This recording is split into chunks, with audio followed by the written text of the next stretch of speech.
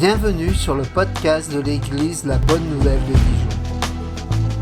Merci de nous suivre afin de plonger ensemble au cœur de la Bible et d'y découvrir le message que Dieu adresse à ceux qu'il aime.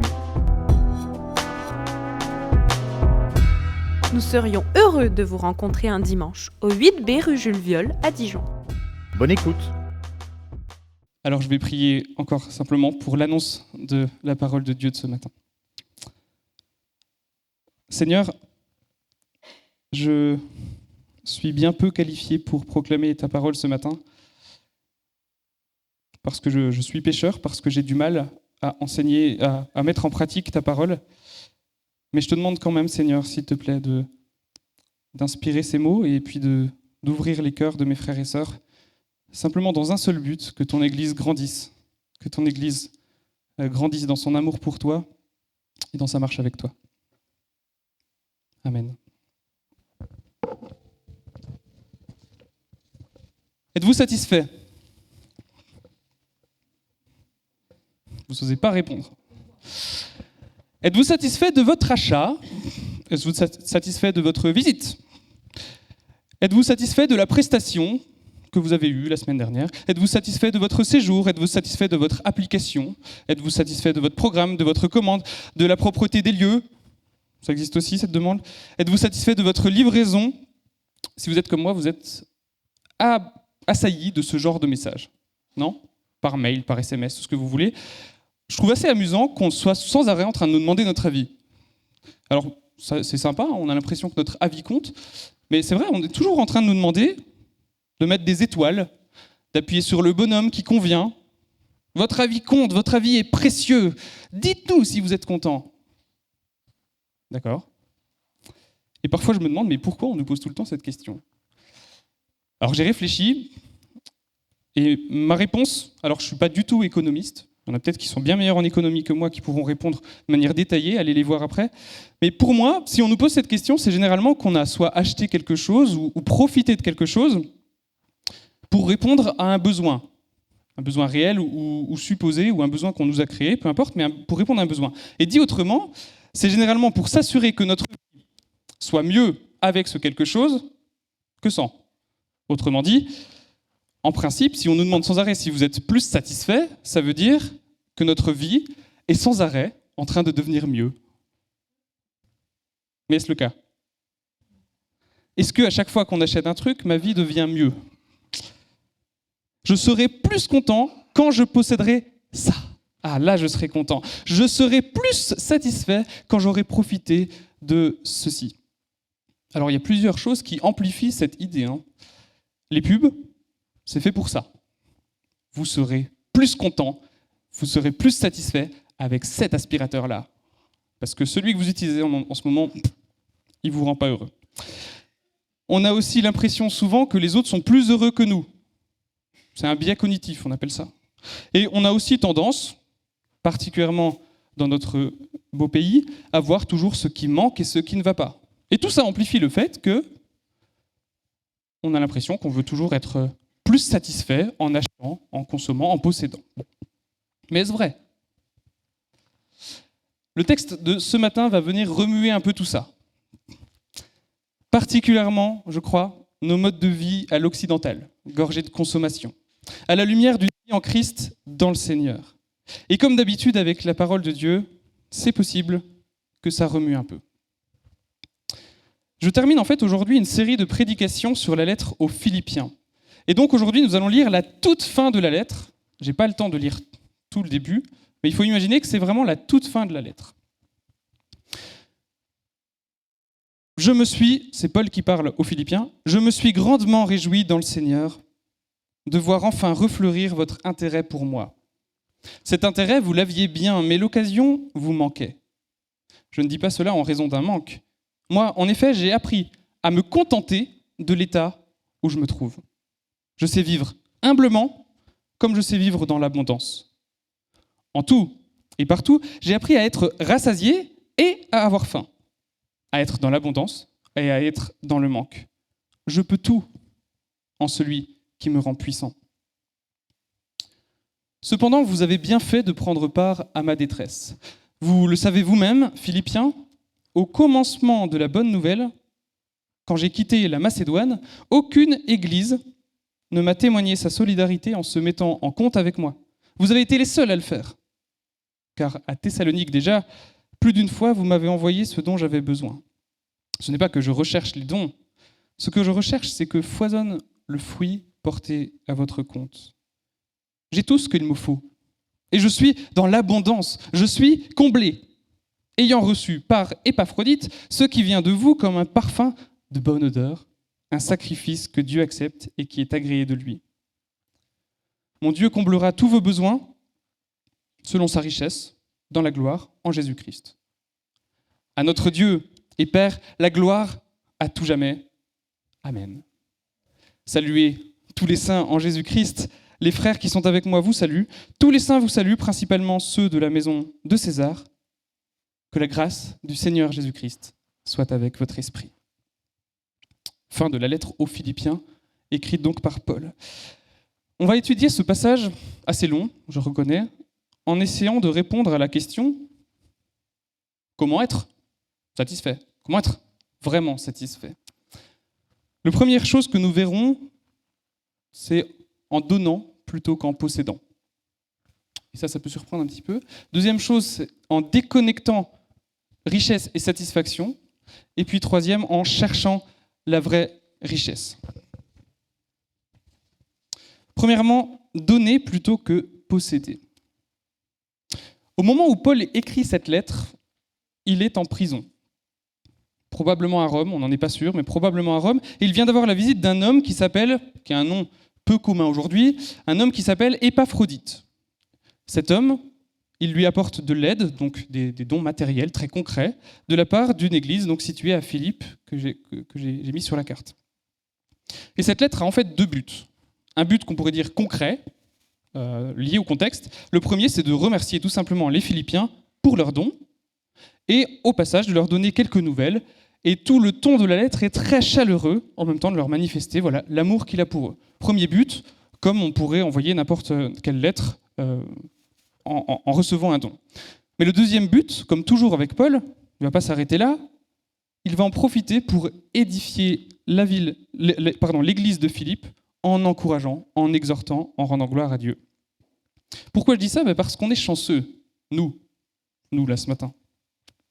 Parce que si on saisit un petit peu le contexte, donc le premier but, on pourra être édifié comme l'a été, exactement de la même manière, comme l'a été l'église de Philippe.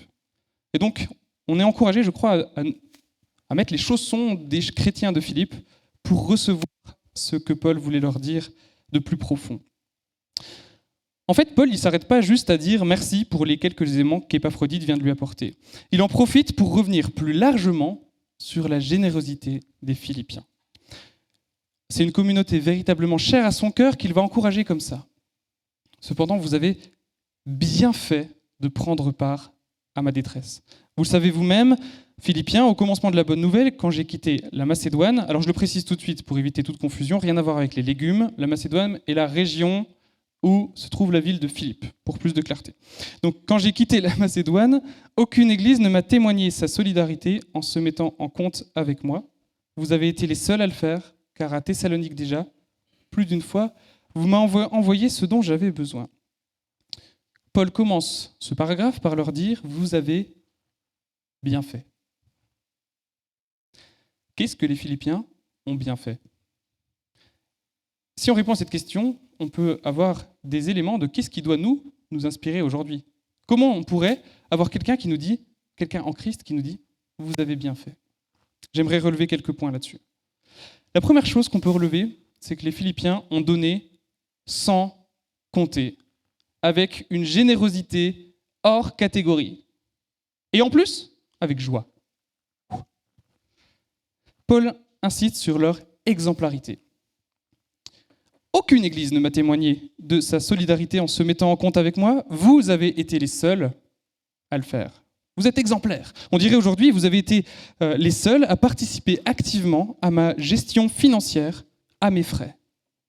Et d'ailleurs, ce qui est intéressant, c'est que c'est important pour Paul, parce qu'il l'atteste dans une autre lettre, la lettre aux Corinthiens. Quand il parle à l'église de Corinthe, donc c'est un autre texte, lorsque chez vous, donc l'église de Corinthe, J'ai manqué de tout, je n'ai été à charge de personne, car les frères venus de Macédoine, donc en particulier les Philippiens, ont suppléé à ce qui me manquait. Pendant une partie de son ministère, Paul n'a été soutenu que par les Philippiens. Et puis dans la même lettre aux Corinthiens, Paul souligne à nouveau la générosité des églises de Macédoine, donc de celle de Philippe, à un autre moment clé, lorsqu'il y a eu une grande collecte inter-église pour soutenir les chrétiens de Jérusalem. Et cette fois-ci, le ton est carrément élogieux.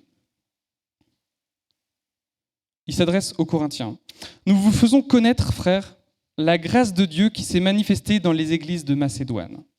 Bien qu'ils aient été très éprouvés par leur détresse, leur joie débordante et leur profonde pauvreté ont fait abonder la richesse de leur générosité. » Notez l'expression. La richesse de leur générosité.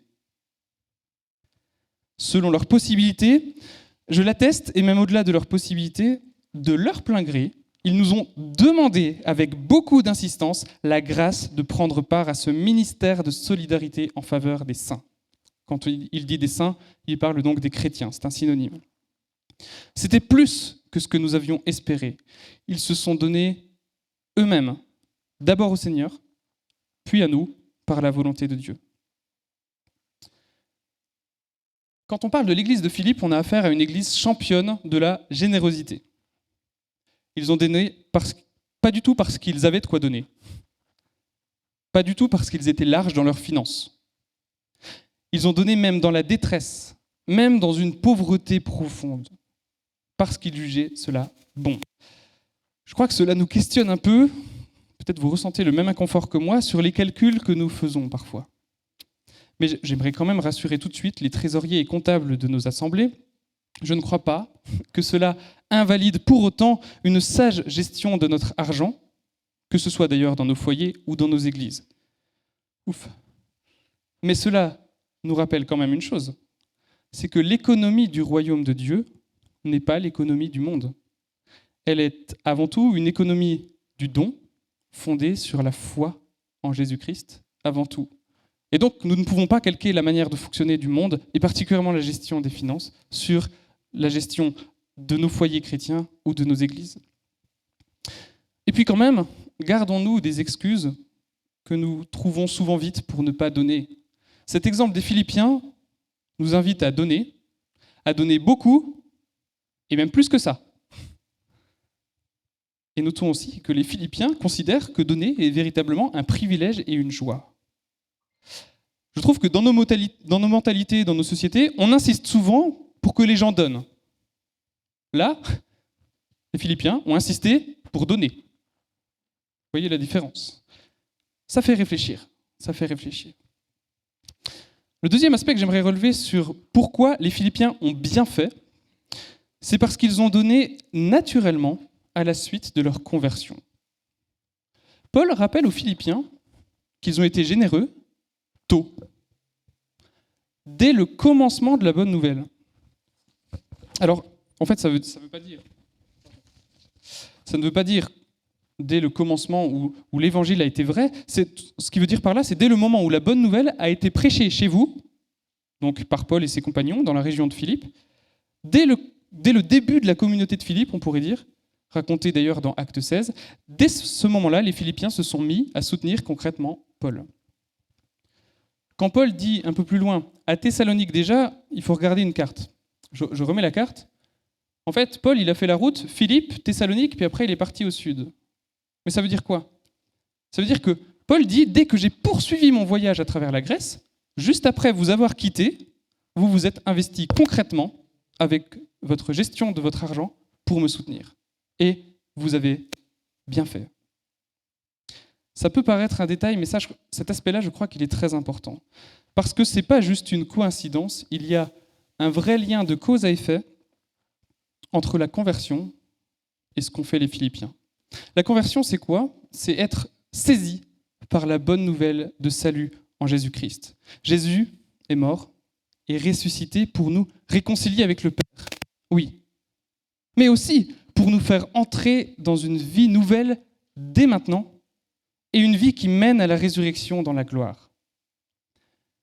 Ce que nous oublions parfois, et beaucoup trop, c'est que cette vie nouvelle fonctionne complètement différemment que la vie du monde ambiant.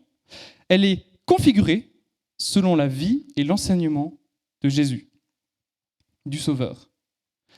Et quand on regarde toute la vie et l'enseignement de Jésus, toute sa vie et son enseignement pointent vers le don.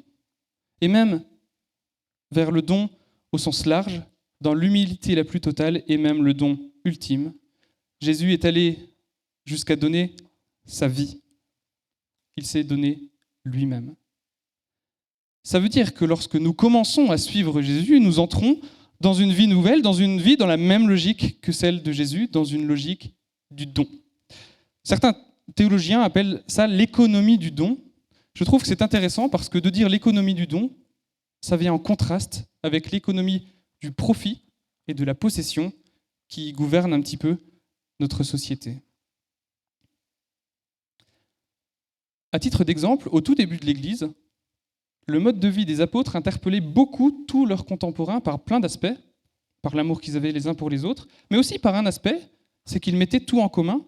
Et on a ce verset dans Acte 4 qui nous dit « Personne ne disait que ces biens lui appartenaient en propre, tout était en commun entre eux. » Ça signifie bien que la foi en Jésus-Christ a une conséquence très pratique, la dépossession. Je prends conscience que rien ne m'appartient, en propre, et donc la générosité. D'ailleurs, quand Paul parle de la générosité des Philippiens, il dit « Ils se sont donnés eux-mêmes, d'abord au Seigneur, puis à nous, par la volonté de Dieu. » La logique du don. Bien souvent, nous restreignons un peu volontairement notre compréhension du salut, parfois même à quelque chose d'immatériel. Ici, ce que ce texte veut nous dire, c'est que c'est tout le contraire. Dieu, en Jésus-Christ, m'a tout donné. En réponse, je me donne à lui et aux autres. C'est pas rien, c'est pas rien. J'aimerais peut-être prendre une image qui est assez limite, comme toute image, mais c'est un petit peu comme si on était tous des propriétaires d'instruments de musique. Sauf que, et puis ces instruments de musique, on va dire que ça représente notre argent. Ça marche ? Donc on est tous propriétaires d'instruments de musique, mais ça représente notre argent. Et c'est un petit peu comme si on avait des instruments de musique, mais qu'on ne savait pas du tout à quoi ça servait, ou alors, à la limite, pour décorer notre salon. Bon. Eh bien, en nous sauvant, c'est un petit peu comme si Dieu faisait de nous des musiciens. Ça ne sert à rien, si on devient musicien, de garder l'instrument de musique chez soi, et puis de jouer dans sa chambre, tout seul. Bon, c'est utile pour soi, mais ce n'est pas ce à quoi Dieu nous appelle. Dieu nous fait devenir des musiciens, mais c'est utile seulement si nous faisons, entre guillemets, entendre la musique du royaume de Dieu autour de nous. Tout à coup, c'est un peu comme si on prenait conscience de l'utilité de cet instrument de musique qu'on a entre les mains. On prend conscience de à quoi sert notre argent dans la logique du royaume de Dieu. Et puis j'aimerais relever un autre aspect, c'est que en continuant cette image, en nous sauvant, Dieu m'intègre à son orchestre. Parce qu'en fait, il ne fait pas ça qu'à moi. Mes dons et mes ressources sont donc appelés, en quelque sorte, à contribuer ce qu'on pourrait appeler la symphonie du royaume, ça sonne bien, ça pourrait être un titre de film, contribuer à l'ensemble de la symphonie du royaume. En fait, ça veut dire tout simplement que mon argent, si on le voit comme un instrument de musique, va être intégré aux ressources de l'Église, du peuple de Dieu, et c'est-à-dire va contribuer à la symphonie du royaume. La symphonie du royaume, c'est quoi ? C'est la vie du peuple de Dieu et la mission de Dieu. Faire entendre dans ce monde de ténèbres la musique du royaume de Dieu, de ce que Jésus annonce, de ce que Jésus incarne. Ça va ? C'est clair ? Ou faut que je... Non, c'est bon. C'est pas une image très courante de dire que l'argent est un instrument de musique, mais c'est pour qu'on comprenne que l'argent n'est pas pour nous, il est fait pour être partagé. Les Philippiens, d'ailleurs, ça va avec la deuxième image de l'orchestre, se sont empressés de donner, pas forcément à n'importe qui, ils ont donné pour soutenir ceux qui leur avaient fait connaître Jésus. En fait, ils ont donné à des messagers, comme Paul, on dirait aujourd'hui, ils ont donné à des missionnaires, et ils ont donné aussi à des églises qui en avaient besoin. Je reprends une fois cette image. Mes biens et mon argent, mon instrument de musique, appartiennent à Dieu, le grand luthier, le grand chef d'orchestre. Mais donc, ils appartiennent aussi à son Église, à son orchestre, évidemment. Et donc, ils servent aussi et surtout à sa mission, à sa musique, à la musique que le monde doit entendre. Je le reformule, parce que j'ai l'impression que j'en ai perdu...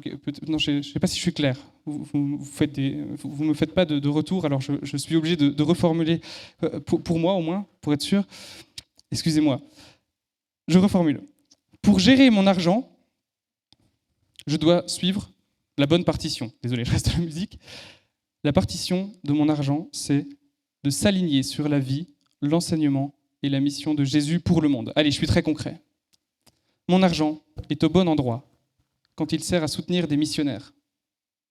Mon argent est au bon endroit quand il sert à soutenir les plus faibles, les plus défavorisés, les victimes d'injustice, etc. Parce que c'est ça qui a intéressé particulièrement Jésus. Mon argent est au bon endroit quand je soutiens mon église locale par des dons réguliers ou quand je soutiens d'autres églises. Mon argent est au bon endroit quand il sert à subvenir aux besoins élémentaires des miens, de mes proches, de ma famille. Attention quand même à ne pas trop élargir cette catégorie. Mon argent est au bon endroit quand je le donne à un frère, à une sœur, à un ami dans le besoin. Vous comprenez, mon argent est au bon endroit quand il est calqué sur la vie, l'enseignement et la mission de Jésus. Et donc nous pouvons être encouragés parce que nous contribuons déjà, sans doute grandement, à la mission de Jésus par notre gestion matérielle. Et honnêtement, ça donne une grande satisfaction. Pour les Philippiens, c'est une grâce, un privilège. Ma prière, c'est que cela renouvelle notre vision, notre regard sur la manière de donner. D'une manière générale, en fait, c'est assez simple. Mon argent est au bon endroit quand il ne sert pas mes intérêts égoïstes. Matthieu 10, verset 8, vous avez reçu gratuitement, donnez gratuitement.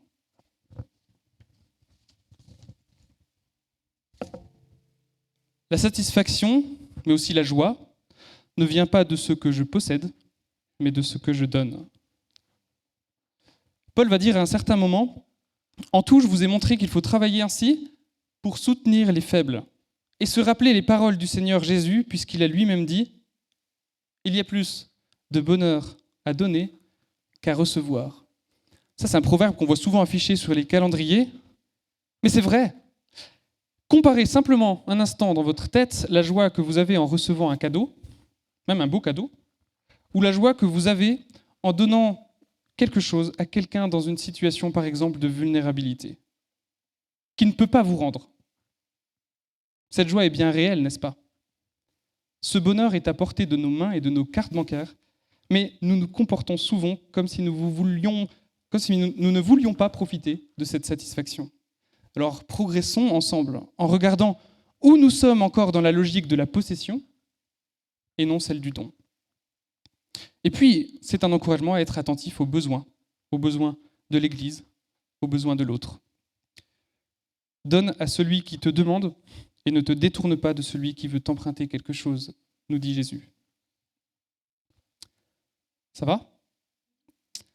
Comment être satisfait ? On a déjà des pistes qui nous remuent un peu, mais on a déjà des pistes. La deuxième chose, c'est qu'on doit absolument, et c'est lié, déconnecter richesse et satisfaction. On l'a un peu vu en introduction. Là encore, Paul vient nous bousculer avec les versets précédents. Je ne dis pas cela en raison d'un manque. Moi, en effet, j'ai appris à me contenter de l'état où je me trouve. C'est ça le verset clé. J'ai appris à me contenter de l'état où je me trouve. Je sais vivre humblement comme je sais vivre dans l'abondance. En tout et partout, j'ai appris à être rassasié et à avoir faim, à être dans l'abondance et à être dans le manque. Je peux tout en celui qui me rend puissant. Un paragraphe tout en contraste entre deux situations de vie complètement opposées, une situation qu'on pourrait qualifier tout simplement de pauvreté, de dénuement, et une situation de richesse, d'abondance. Paul a été dans les deux situations. Un petit exemple pour la question du manque et de la pauvreté, on lit dans une autre lettre, « J'ai connu le travail et la peine, j'ai été exposé à de nombreuses privations de sommeil, à la faim et à la soif, à de nombreux jeûnes, au froid et au dénuement. » Et encore, j'ai pas pris le passage le pire quand Paul parle de ce qu'il a pu souffrir. À noter d'ailleurs, je fais une toute petite parenthèse, Paul a plutôt été dans cette situation-là après sa conversion. Je crois que ce seul exemple suffit à rappeler que placer sa vie entre les mains de Jésus n'est en aucun cas synonyme de prospérité et richesse sur le plan matériel, ça peut tout à fait être l'inverse. Ça a été le cas de Paul. Paul a aussi été dans l'abondance, dans la richesse, notamment dans sa jeunesse. Lorsqu'il était pharisien zélé, il était de bonne éducation, plutôt haut placé. Une bonne situation, sans doute très confortable à l'époque. Nous, dans cette salle, nous sommes en majorité dans la deuxième situation. Nous sommes dans une situation d'abondance.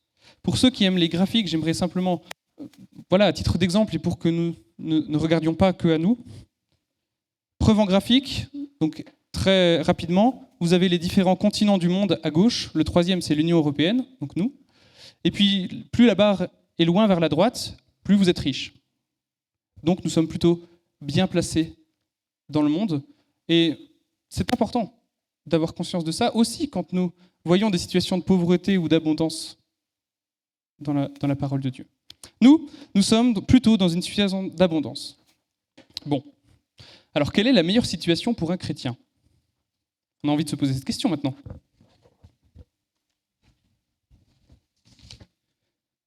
Eh bien, ce n'est pas du tout la question ici. Paul n'y répond pas vraiment. Le propos de Paul n'est pas du tout centré sur le fait qu'il y aurait une situation meilleure ou moins bonne. Le propos de Paul est centré sur le contentement, la satisfaction. Ce que Paul dit ici, c'est que la vraie satisfaction ne dépend pas, est déconnectée de la situation matérielle dans laquelle je me trouve. Paul nous montre d'ailleurs son propre cheminement avec différents verbes. J'ai appris à me contenter de l'état où je me trouve. Et puis ensuite, il dit 2 fois « j'ai appris » pour encadrer le fait que maintenant, il sait. Je sais. Et qu'est-ce qu'il sait ? Je sais être satisfait quelle que soit ma situation. Je sais que la richesse matérielle ou la pauvreté, cela n'a rien à voir avec la satisfaction. Et là, vous dites quand même, non ? Mais en même temps, si on y réfléchit, c'est cohérent avec ce qu'on a dit au premier point. Puisque le but, qu'on ait peu ou beaucoup, c'est de donner, effectivement, si je reprends l'image de tout à l'heure, quel que soit l'instrument, que ce soit un harmonica ou un superbe, un superbe violoncelle, merci, je ne sais pas, le but est de jouer. Ce n'est pas d'avoir peu ou beaucoup. Le but, c'est de donner. Quand on voit ça, j'ai appris, je sais, j'ai appris. On pourrait peut-être se dire que Paul est un peu orgueilleux. Ça fait très premier de la classe. Moi, j'ai appris, et maintenant, je sais. Nananaire. Ça fait, vous voyez un peu le premier de la classe qui vous agaçait, ou qui vous agace peut-être encore. Moi, j'ai appris, maintenant, je sais. Eh bien non, parce que Paul corrige directement ça au verset 13. Je peux tout en celui qui me rend puissant. Ce verset a très souvent été sorti de son contexte assez dangereusement pour justifier une forme de puissance orgueilleuse qu'auraient les chrétiens. En fait, c'est tout l'inverse. Il s'agit de rendre le mérite à Dieu seul. Ici, il veut simplement dire « je peux apprendre à être pleinement satisfait, quelle que soit ma situation, pas grâce à moi, grâce à Dieu. C'est celui qui me rend puissant, qui me rend capable de supporter ma situation. » Et en réalité, quand vous lisez la vie de Paul, ce qu'il a enduré, c'est vraiment extraordinaire. C'est de Dieu que vient cette forme de puissance, c'est à Dieu qu'appartient le mérite et la puissance toujours. Autrement dit, la satisfaction est un cadeau de Dieu. La satisfaction est un cadeau de Dieu, ça ne peut être que l'œuvre de Dieu en nous. Dans sa bonté, Dieu nous donne tout, y compris le contentement. Et c'est libérateur, parce que ça va nous éviter de chercher ailleurs. Une fois qu'on sait ça, ça nous évite de chercher ailleurs. C'est cette œuvre de Dieu en lui qui va permettre à Paul de dire quelques versets plus loin « J'ai tout ce qu'il me faut, et je suis dans l'abondance, je suis comblé. » Il est comblé, c'est le sommet de la satisfaction, en prison, alors qu'il n'a toujours pas grand-chose, qu'il n'a que des barreaux à regarder. Oui, il est comblé parce que c'est l'œuvre de Dieu qui transforme cette situation en une situation, pour Paul, d'abondance, à condition de bien la comprendre. Dieu nous aide finalement à découvrir ce qui satisfait vraiment, et ce n'est pas les biens matériels ou les richesses, contrairement à ce que vous dira la prochaine publicité que vous regarderez. Vous ne pouvez pas servir à la fois Dieu et l'argent, dit Jésus. L'argent ne fait pas le bonheur. Dieu, lui, peut nous donner la paix et la joie au-delà de ce que nous pouvons imaginer. Et c'est le dernier point que nous allons voir maintenant. la vraie richesse, la vraie satisfaction, c'est de faire et dire ce pourquoi nous avons été créés, à savoir connaître Dieu, le servir et le louer avec joie. Chercher la vraie richesse. Et pour préciser ça, j'aimerais qu'on réponde à une question. Paul dit il est comblé.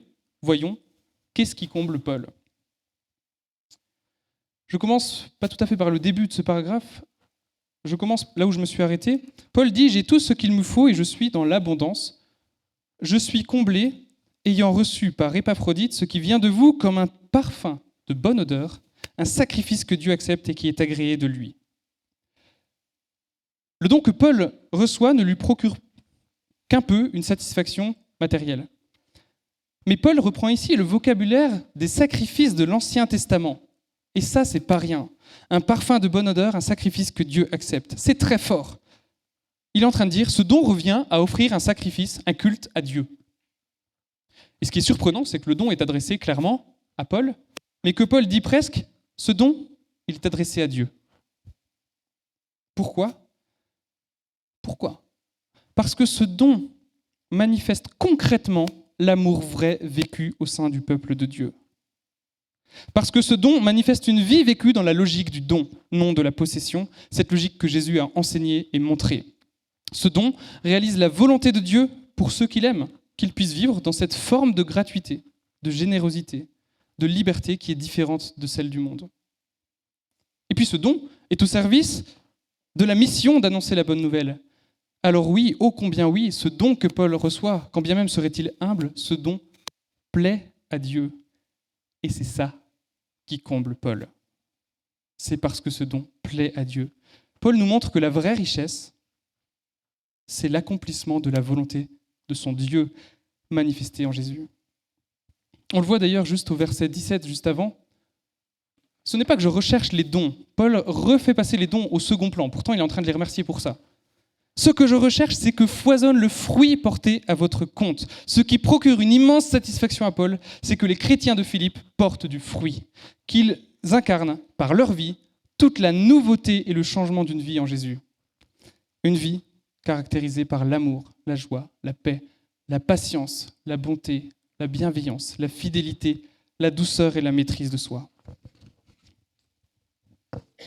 D'ailleurs, c'est visible dans quelque chose d'aussi simple que les salutations de Paul dans les tout derniers versets. Ces salutations sont remarquables parce qu'elles sont vraiment chaleureuses et qu'elles renvoient à Jésus-Christ, le Seigneur, leur Seigneur commun, notre Seigneur commun, celui qui procure la vraie satisfaction. Saluez tous les saints, tous les chrétiens, tous les frères en Jésus-Christ. Les frères qui sont avec moi vous saluent. Tous les saints vous saluent, principalement ceux de la maison de César. Que la grâce du Seigneur Jésus-Christ soit avec votre esprit. C'est ça, la vraie richesse. La vraie richesse, c'est en fait de servir le Seigneur ensemble en tant qu'Église. Songeons un instant à la prière du Notre Père. Notre Père qui est dans les cieux, que chacun reconnaisse que tu es le Dieu saint, que ton règne vienne, que chacun sur la terre fasse ta volonté comme elle est faite dans le ciel.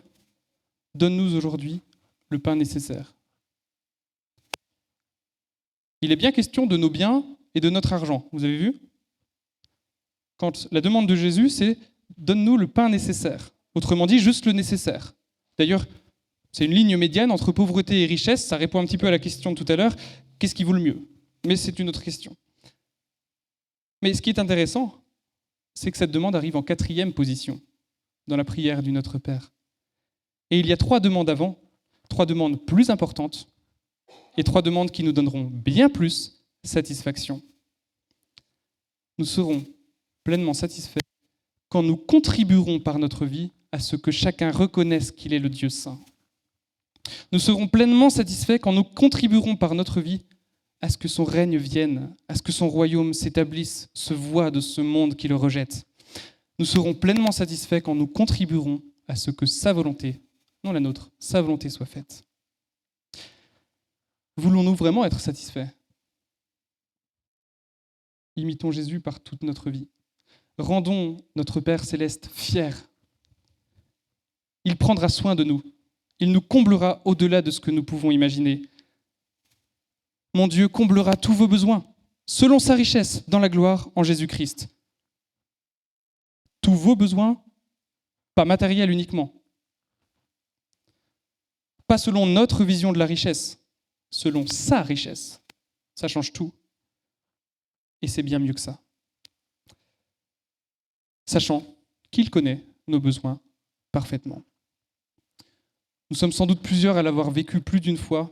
Ne se sent-on pas incroyablement bien, habité d'une vraie paix, quand on sait profondément, vraiment, que ce que l'on est en train de vivre, ce que l'on est en train de faire, ce que l'on est en train de dire, est quelque chose qui plaît profondément à notre Seigneur. Je suis sûr que nous sommes beaucoup à l'avoir déjà expérimenté. Dans ces moments, on est pleinement satisfait. Pourquoi ? Parce qu'on fait ce pourquoi on a été créé. Ce pourquoi on a été créé. Alors, mes chers frères et sœurs, marchons ensemble dans cette voie de la satisfaction, en luttant contre la satisfaction que nous vend ce monde. Cherchons cette satisfaction. D'ailleurs, tout le paragraphe qui traite de la satisfaction ici se termine dans une exclamation joyeuse, comme si en fait c'était ça la clé. À notre Dieu et Père, la gloire à tout jamais. Amen. C'est lorsque Dieu, notre Dieu, c'est lorsque le Père, notre Père, a la gloire, que nous serons pleinement satisfaits. Ma prière, prions ensemble très courtement. Oui, Seigneur, que nos vies contribuent à te donner toute la gloire. Que nos biens, nos ressources, ce que tu nous donnes dans ta grâce, contribuent à te rendre gloire. À notre Dieu et Père, la gloire à tout jamais. Amen.